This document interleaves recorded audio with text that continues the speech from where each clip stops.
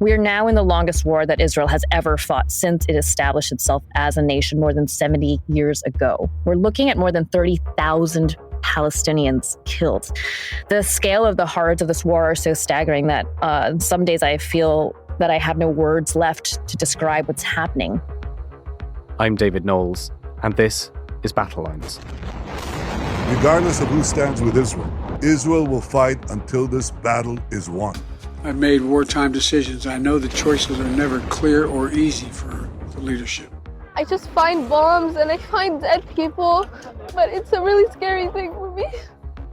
In this episode of Battle Lines, we reflect on the upcoming 6th-month anniversary of the October the 7th attacks in Israel that sparked an invasion of Gaza. We speak to the Telegraph's Middle East correspondent, Nataliya Vasilyeva, and senior foreign correspondent, Sophia, as they look back on the past 6 months and ask what the future holds for Israel, Hamas, and a Palestinian state. It's Friday, the 5th of April, 2024. Hi, Nataliya and Sophia. Thank you so much for your time. Just to explain, we've got a list of questions that Venetia and myself and our producer David have been coming up with to try and really understand this conflict from as many angles as possible. And we've also included a few questions that listeners have sent in themselves. Let's jump in. Our first question speaks about the situation in Israel before the October the 7th attacks. Can we remind our listeners about the environment just shortly before the October 7th attacks? What were conditions like in Gaza? And how was the temperature between Hamas and Israel? Were there any signs that an attack of this scale was inevitable? Hi, David, and hi, everyone. Great question. And I would say there was a certain lull before the storm. And I myself arrived in Israel 12 days before the attack.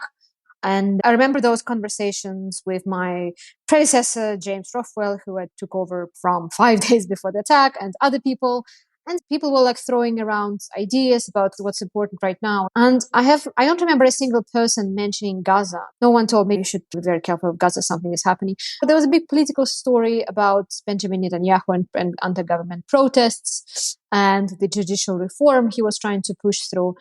Gaza was pretty much stable as it could be. There was a short-lived bombing campaign in 2021. Obviously, nothing compared to the scale that we're seeing in Gaza right now. And from my conversations with people at the time and from what we're hearing right now from snippets about the ongoing investigation, there was this idea that Hamas would not want an all-out war. It wasn't about that it didn't have the capabilities to unleash this kind of massacre, but there was this idea that the Hamas leadership is too pragmatic and any attack like that would be suicidal. So that was the thinking around the time of the attack. Well, let's talk more in detail then about Benjamin Netanyahu. We've got a question here that brings us up to date. Can you tell us about Netanyahu's popularity? Where was it before October the 7th? And where are we today? Netanyahu has been increasingly popular for a very long time.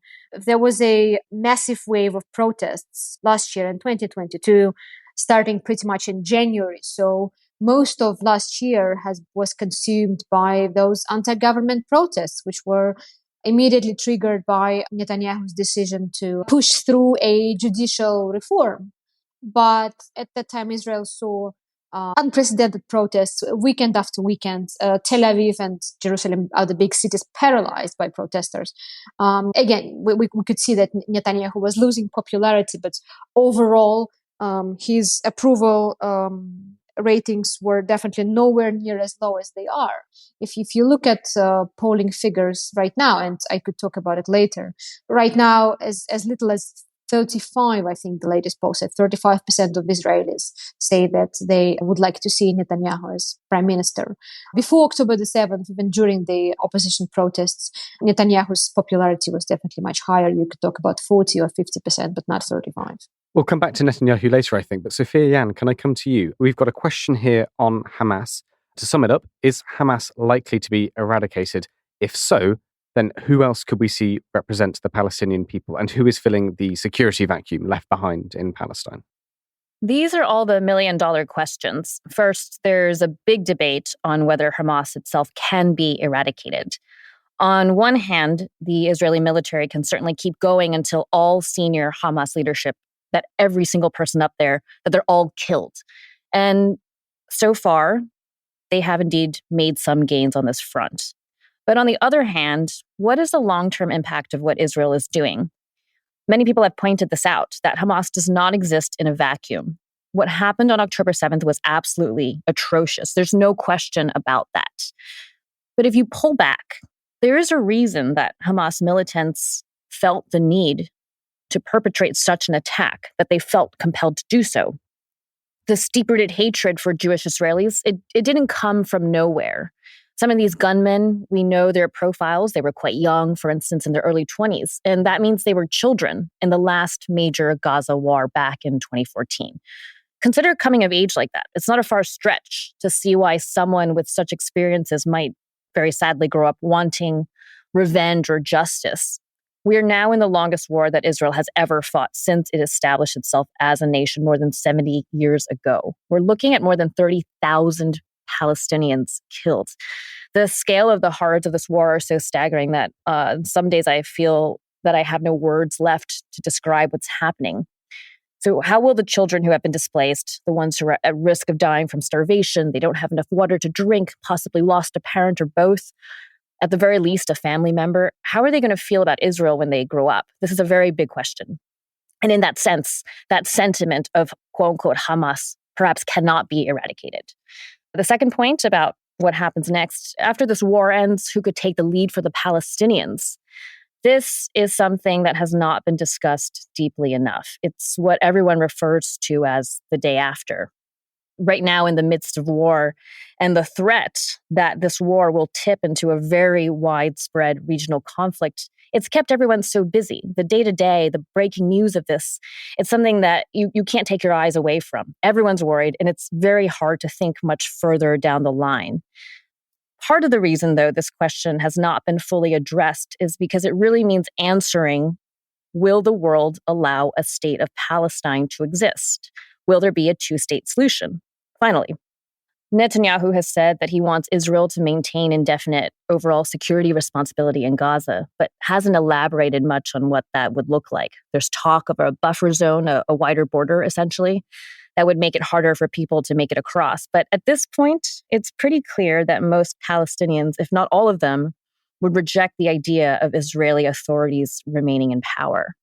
There's also the big question of who exactly would be in charge. Hamas is likely to be considered by many governments around the world to be far too volatile an actor to be in any position of authority.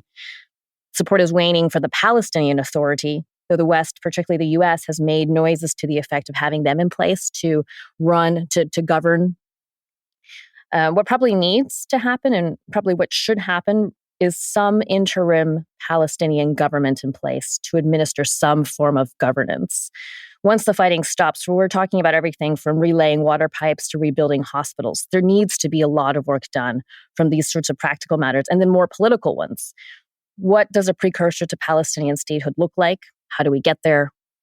And this, again, loops us back to the question whose resolution has eluded the world now for so many decades, which is, will a state of Palestine be established? There's a question from me now that I think will bring us up to date. This week has seen several huge developments. We've seen the end of the second Al-Shifa hospital raid. We've seen an Israeli strike that killed a top Iranian commander in Syria. And we've also seen the killing of several aid workers, including 3 Brits, in the Gaza Strip.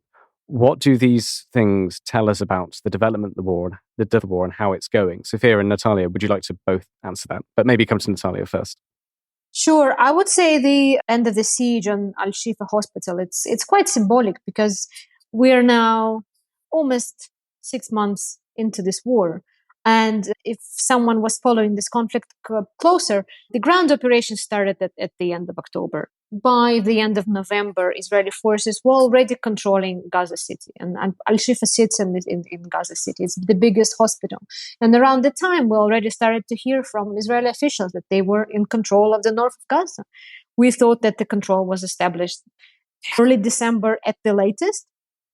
And it just goes back to the point that Sophia was making, that whatever Israel says, whatever the goals are, they don't appear to be realistic right now, because the area which should have been and was supposed to be under Israeli control, as the IDF admits, now turned into a hotbed of terrorism. As we could see, the Al-Shifa hospital sustained great damage. Apparently, there's a great number of civilians who've been killed and dead bodies found on the premises of the hospital. This is one fact, but there's another fact. Apparently, there were some Hamas and Palestinian Jihad gunmen who had holed up on the premises. Israel arrested something like 500 gunmen. They have released videos with video testimony for some of them, and it does look that they were armed people on the premises. It just shows that all of the devastation that has been unleashed on Gaza, when the way you look at it, you get to question it and see what was it really worth it, that 4 months after Israel was supposed to be in control of the north of Gaza, it has to go back again and kill even more people in order to stem another Hamas cell. That's what it tells us about the broader situation, I think. Thank you so much, Nataliya. Sophia, do you want to take up the killing of the foreign aid workers? Really underscores very serious concerns that Israel can no longer be restrained, that the military is targeting so indiscriminately at this point out of rage in response to the October 7 attacks, and that rage and these offensives are leading now to a very staggering loss of human life. And again, I just often many days feel speechless in how to describe the scale of what's going on at this point. This kind of behavior from the Israelis is really beginning to impact its relations with the West. Senior officials from the UK, also the US, Israel's strongest ally, have all made comments that essentially Israel has gone too far, that it cannot keep acting with such impunity. This is a message, though, that Israel continues to reject. In my reporting over these 6 months, countless people I've talked to really truly feel that Israel remains justified in its use of force in responding to Hamas because of what happened on the 7th. And so there's a sense that no matter how bloody things get, the Israeli military needs to act in this way. One of our listeners sent in a question in which they allude to the controversy, I think it's fair to say, surrounding how do we count the casualties, how do we count the dead in Gaza. So we've sort of slightly reformulated Jan's question, but here it is. Why is the death toll so high? Why have so many children been killed? What is the challenge in validating these numbers as Hamas and Israel obviously differ in their estimations? That's a very good question. I mean, we started seeing very high casualties, number of casualties from the start. And I think something like in the 4 months of the war, I think by January, I remember the death toll hitting the 30,000 people. Israel has been targeting this one tiny piece of land. You're not talking about a big country like Ukraine. It's a very densely populated area. It's one of the densest populated areas in the world. From what we know from people on the ground, from multiple video and photo evidence, we saw that Israeli airstrikes were destroying entire neighborhoods. So if you imagine people holding up in those areas, they all would be killed. Also, unlike in Ukraine, there are no air raid shelters. There's not a single air raid shelter. There's no place for civilians to hide. In Ukraine, you can see pictures of civilians seeking shelter in the metro, somewhere else, but there's absolutely nowhere for civilians to hide in Gaza. I remember a lot of skepticism about the death toll, especially at the start. The challenge here is that international journalists, there's a limited access to international organizations. So the verification is quite hard. It's not like you can say reporters from Reuters, AP, and Daily Telegraph were on the scene and actually counted the bodies. We are not able to do this job. We are not allowed into Gaza unless you go with an IDF embed. The point about the high number of women and children. Gaza is a very young place. I actually specifically looked up some demographic figures for Gaza. And it's quite staggering if you compare it to, for example, if you take the median age in the UK, in Israel, and compare it to Gaza. In the UK, the average person in the UK is aged 40. In Israel, the average person is aged 29. In Gaza, the median age is 18. It was 18 in 2020. And 40% of Gaza's population in 2020 was 14 years old. So you naturally have a lot of kids and a lot of young people. One more question for you, Nataliya, before we go back to Sophia to sort of zoom out slightly from Israel and Gaza. But a simple question, really. How is the war covered in Israel? What do you read in Israeli newspapers and see on Israeli television? Yeah, I think it's a very painful question to ask the Israeli public. In the immediate aftermath of October the 7th, I can totally understand that Israelis were too traumatized and too focused on the massacre that happened on their doorstep. It's a small country. It's very hard to find someone who was not affected by that.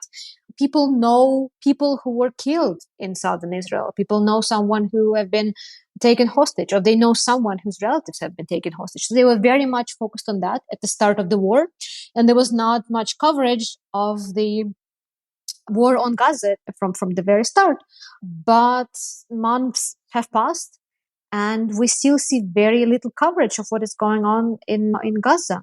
Basically, the average TV viewer in Israel doesn't know what's happening in Gaza, which leads us to a big philosophical question. Is this about not knowing, not having access to the information, or not wanting to know what's happening on the other side of the border fence? Unlike Russia, where I come from, Israel is a democracy. It has free media. You can go out and protest. There are frequent peace protests just a couple of streets away from me. There are papers who do offer coverage for the humanitarian catastrophe in Gaza. You can pick up those papers from a kiosk. They're not banned. They're not harassed. But the idea is that those papers are considered left-wing. They are considered to be a bit marginal, even more marginal now, and the mainstream ignores the suffering of civilians in Gaza. So your average Israeli wouldn't know about it, or would not want to know what's going on the other side. Let's zoom out then. Sophia Yan, question here. What about the knock-on effect in Yemen with the Houthi attacks? How significant has that been, and is it likely to continue? They have been very significant. The Houthis have emerged as a significant fighting force. They have more firepower than really acknowledged before this war. And clearly, they're now a group whose activities are not isolated to just their home base of Yemen. That they have been able to, in these last few months, completely disrupt global shipping with their attacks into the Red Sea itself is all you need to understand to know that the Houthis can indeed make a very big impact. The other point to understand is that so far it appears their activities have actually helped their popularity. The Houthis are gaining off the fact that the U.S. recently renewed a terrorist designation for the group. They're capitalizing off the fact that other nations consider them a threat. Now, the Houthis say they're acting in solidarity with the Palestinians, and until Israel backs off on Gaza, that those attacks will continue into the Red Sea. There's no reason to doubt what the Houthis are saying, but there is a question of whether they will actually back off once Israel stops. And that's something that can't be answered until the Israeli military does pull out of Gaza to the extent that the Houthis will consider acceptable. Let's move, I think, now to some questions really about your reporting and your experience in this. Can I ask you both, is there an element to the war that you think has been undercovered? Yeah, there are lots of blind spots here, especially in Gaza, because 6 months into the war, Israel has not it hasn't let international journalists enter. We have not been able to do independent reporting. All we have to do is to rely on local sources, on local stringers. So we're not able to go there and see it for ourselves, which again opens us to lots of blind spots. So a lot of things that have been undercovered, I think it's what's happening on the ground in Gaza. What I personally is very much interested in, and I don't have answers to that question, is the sentiment against Hamas, or the local sentiment about Hamas. When we have seen pictures and footage of sporadic, tiny little protests here and there, people shouting slogans against Yahya Sinwar or other Hamas leaders, understandably for bringing the disaster on their heads, because Gaza was not under such a massive attack before October the 7th. We don't know much about it, and I understand that people who live there might be hesitant to talk, but I think this idea of sentiment about Hamas and public opinion about how they see Gaza ruled after the war, I think this is something very much overlooked right now. Sophia.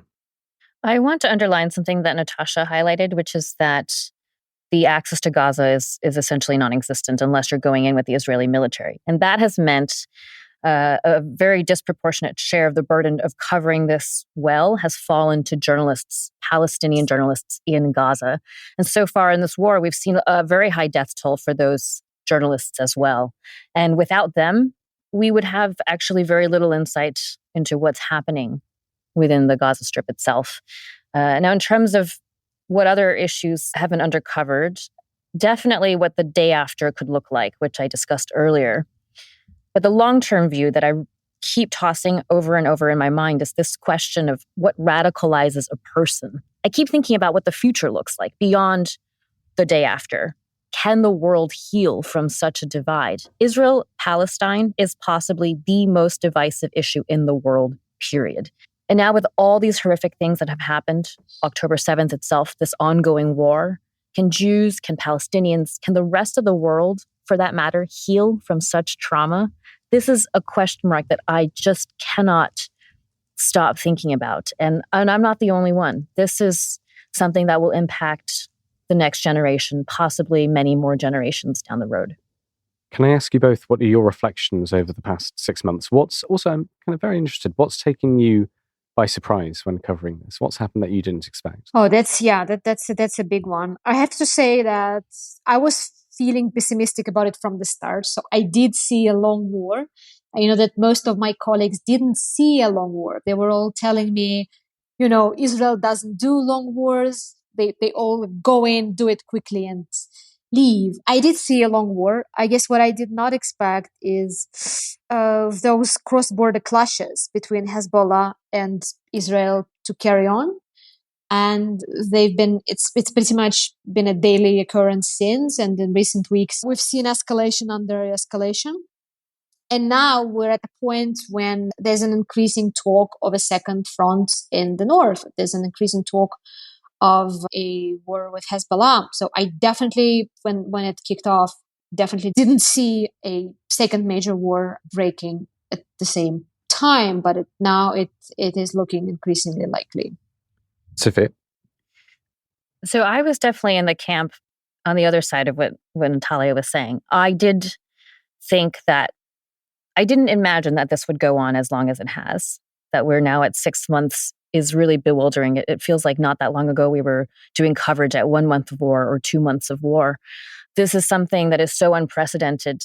Again, it's the longest war that Israel has engaged in since it established itself as a state more than 7 decades ago. And that the Israeli military is still fighting the way it is, it reflects how much rage there is because of these deadly attacks last October. Something that doesn't always come across in news coverage is the sense of how this is the sense of a pact that the Israeli government and the military had with their people, the sense of security, the sense that everything would be fine. This was completely broken on the 7th for the general public and possibly even for the military itself. That this could happen is something that is so shocking to Israelis, and how they're reacting now does show that particular surprise that they have themselves over what was always promised, essentially, that they could live there and be safe. So this 6-month mark, I think, is really one to take stock of, because at first there was a lot of support for Israel in the sense that this was something so terrible to have all these hostages taken, to see the murderous way people were killed. This was very much premeditated. It took very dark minds to orchestrate and then to execute. And in the very beginning, so much of the world was on side with Israel in that respect. There was a sense that, yes, something must be done, that there must be a response. But now as time has gone on, there's a question of whether or not Israel is actually achieving what it says it wants to achieve, to eradicate Hamas, to make sure there are no security threats, et cetera, et cetera. Well, now that there's a debate as to whether or not Israel can achieve those goals, and the death toll is ticking up, and there's more pushback over what it's doing because of this catastrophic situation that we find ourselves in, the fact that Israel has not been willing to pull back or to listen to anybody else, it seems, even to the U.S., its strongest supporter. I mean, this is really something I think going forward needs to be considered as part of the context when you're looking at the whole story. How does this conflict compare to others that you may have covered?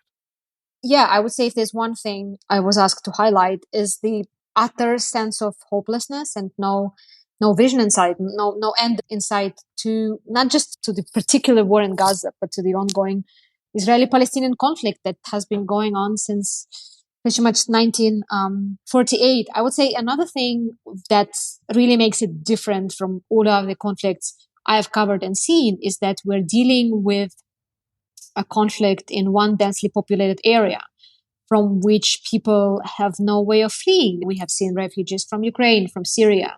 They could get out. Obviously, it was horrible and difficult, but they were able to get out of the area where they were being bombed.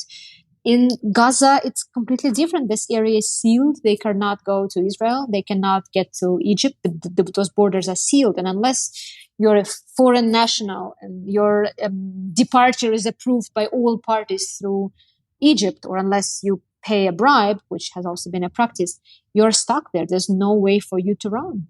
Sophia.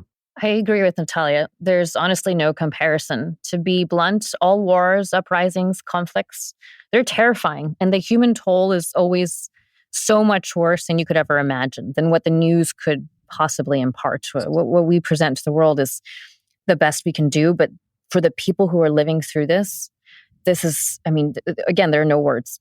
And this is a war that will, again, define a generation, maybe many more going forward. I think this is so problematic and divisive in the sense that many countries around the world now have mixed communities. So many people no longer live where they're from. In the UK, in the US, we've got Jews, we've got Palestinians, we've got Syrians, we've got Afghans, we've got Muslims, we've got Jews, we've got Christians. This is a globalized world that we live in today. Migrants, immigrants, refugees, digital nomads. There are a lot of terms out there to describe this movement of people. And that means whether we like it or not, we're encountering people from many walks of life every single day. Governments going forward need to think deeply about what this war means in the long term. What will this war do to the social fabric of the world as we know it? Are there security risks? Are there people now so disillusioned and angry and upset with what's happening that they become ripe for potential recruitment by bad actors in the future? What is the risk of future deadly attacks from people who are so impacted by what's going on today? For Palestinians, a lot of them have told me that this is a second Nakba. And this is coming at a time when they're still healing from the first Nakba. So this is piling on, and the impact on the world, from my perspective, I think it's something that we cannot even fathom right now, the full impact of this war into the future. And I'm talking not tomorrow or not in a year, but I'm talking 5 years, 10 years, 15 years down the line, maybe even more. This war is going to have so much of a consequence for all of us. And it's impossible to really know to what extent, but it really is going to seed this division for a very long time going forward. Thank you so much, Sophia and Nataliya. Final few questions now, just to bring us, I think, up to date and leave our listeners with a sense that we're looking ahead to the next few weeks, the next few months. Very simple question. Why have negotiations between Israel and Hamas been stuck for so many months? It's a tough one. The longer it takes, it looks like the less willing Israel is willing to compromise, despite the fact that relatives of the hostages have been increasingly active. They now have been rallying every day in Tel Aviv and Jerusalem, demanding a hostage deal. But at the same time, a deal with Hamas would require a certain compromise on the part of Prime Minister Benjamin Netanyahu.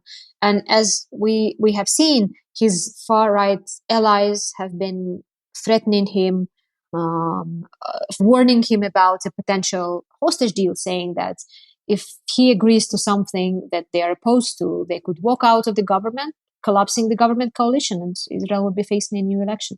So I guess the consensus opinion in Israel right now is that, unfortunately, the fate of the hostage deal now depends on Prime Minister Netanyahu and his political survival, and him prioritizing his political survival over compromises that could be painful to Israel, for example, including releasing hundreds of Palestinian prisoners, but getting Israeli hostages in return, at least some of them back. Well, let's stay with Netanyahu. I know we said earlier we'd come back to him, but Nataliya, how long can he realistically survive in his post? And do we have any sense of who might realistically replace him? Yeah, that's a very good point. Just as we got onto this podcast, I just saw a news flash from Benny Gantz, Israel's most popular politician right now and member of the security cabinet, who says that he would like to see a general election elections in September, which is something new. He has been quite diplomatic all this time. I mean, he could have urged for an election, but he has not been doing that. So apparently this is how he's reacting to anti-government protests. If you look at the opinion polls, the latest results that I saw last week shows 45% supporting Benny Gantz as a prime minister as opposed to Benjamin Netanyahu. So obviously, if you look at those numbers, you can see that Netanyahu's days as the leader of the country are numbered. It's a matter of when to hold the next elections. And the consensus has been so far that Israel should sit tight and not change horses midstream in the middle of this crucial war for Israel. And even people like Gantz, who would definitely win if there was an election tomorrow, they've been quite restrained and tried to wait it out. There was an idea that Netanyahu would go as soon as the war is over, but now that the war is about to enter its 7th month, it looks like even Benny Gantz is losing his patience.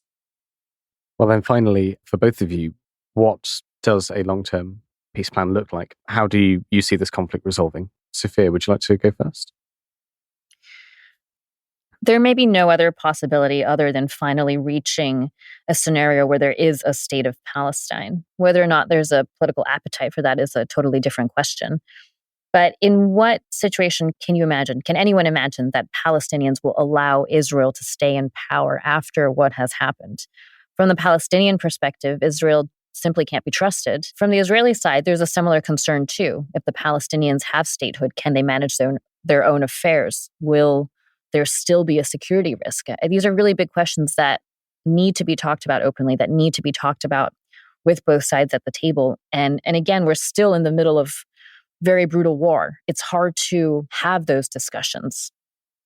But at this point, there may be no answer but to have a state of Palestine. The Spanish prime minister said this week that his country will recognize Palestine as a state by July. And so this is actually a pretty definitive statement. We'll see if it happens. There are signs that this is the direction things may start to move in now. Nataliya, would you like the final words on this?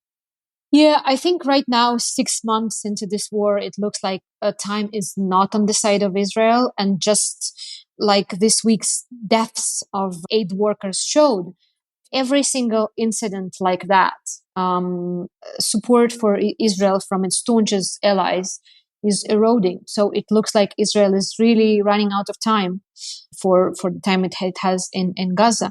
I think whenever there's a ceasefire, there's definitely going to be a ceasefire. Obviously, all wars end at the same time. From what we're seeing right now, it looks like Israel first will try to establish a buffer zone, as Sophia mentioned earlier. There is a buffer zone already there, and we actually did a story about it a couple of months ago, looking at satellite images which show this strip of devastation just on the border, running along the border between Israel and Gaza, and it's quite visible that Israel has specifically been clearing out this area for a potential buffer zone. So I think what we're going to see first, we're going to see a buffer zone, then we're going to see Israeli troops trying to manage the most basic needs, maybe take part in distributing humanitarian aid. What we've been hearing from Israeli officials lately is that there's some willingness to bring in partners from across the Muslim world, probably the Emirates, Egypt, try to bring in something to govern this area. I don't think we're talking about the Palestinian state at this point. Obviously, this is a prospect, but not something on the horizon right now. And it looks like the Americans are going to be trying and pushing Israel to look for local partners in Gaza, to look for Palestinians in Gaza who are not affiliated with Hamas and who will be able to run this area day to day, whereas Israel will be definitely retaining full security control over this area, which probably means that there will be troops stationed there, at least some number of troops for quite a long time. Thank you so much, Nataliya and Sophia, for your answers and for your time. Are there any final thoughts you want to leave our listeners with on this, approaching the 6th anniversary of the start of the war? I think we need to pay a lot of attention to what's happening in the north of Israel. Just in a couple of weeks, we have seen a massive escalation across the Israeli-Lebanese border. Israel killed several senior figures from Hezbollah and from Iran in recent weeks. There was a senior Syrian general assassinated. There was a general in the Iranian Revolutionary Guards assassinated a couple of days ago, which in peacetime would be considered as a massive escalation and would trigger some sort of response from Iran or its proxies like Hezbollah. So whatever is happening on the ground in Gaza, I think this is something not to overlook and pay a lot of attention to, because this is a very dangerous area potentially. Sophia and Nataliya Vasilyeva, thank you so much for your time. Battle Lines is an original podcast from The Telegraph. To stay on top of all of our news, analysis, and dispatches from around the world, subscribe to The Telegraph or sign up to Dispatches, which brings stories from our award-winning correspondents straight to your inbox. We also have a live blog on our website where you can follow updates on Israel and Gaza as they come in throughout the day, including insight from contributors to this podcast.